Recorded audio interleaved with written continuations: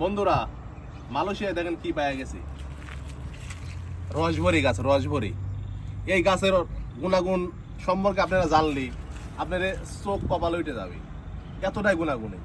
ঠিক আছে, তো যারা মালয়েশিয়ায় আছেন, ঠিক আছে, আপনারা এই গাছটা ব্যবহার করলে বিভিন্ন ধরনের রোগ থেকে মুক্তি পাবেন। আর এই গাছের উপকার সম্বন্ধে আমি কি বলবো, আপনারা যে কেউ ব্যক্তি গুগলে সার্চ দিবেন, দেখবেন এই গাছের উপকার সম্বন্ধে। এই গাছের ফল খালি আপনার দৃষ্টিশক্তি বাড়ে। আপনার যারা প্রস্রাবের সমস্যা, এই গাছের ফল খালি আপনার সেরে যাবে। এই গাছের পাতার রস আপনারা নিয়মিত খাবেন, আপনারা শরীরে বল পাইবেন। ঠিক আছে, এটা একদম প্রমাণিত।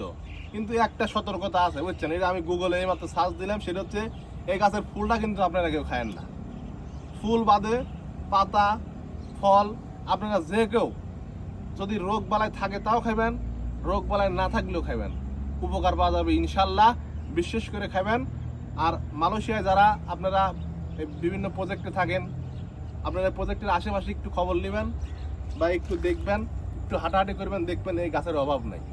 তাহলে বিনা খরচায়, বিনা পয়সায় আপনারা বিভিন্ন ছোটোখাটো রোগ থেকে মুক্তি পাবেন ইনশাল্লাহ।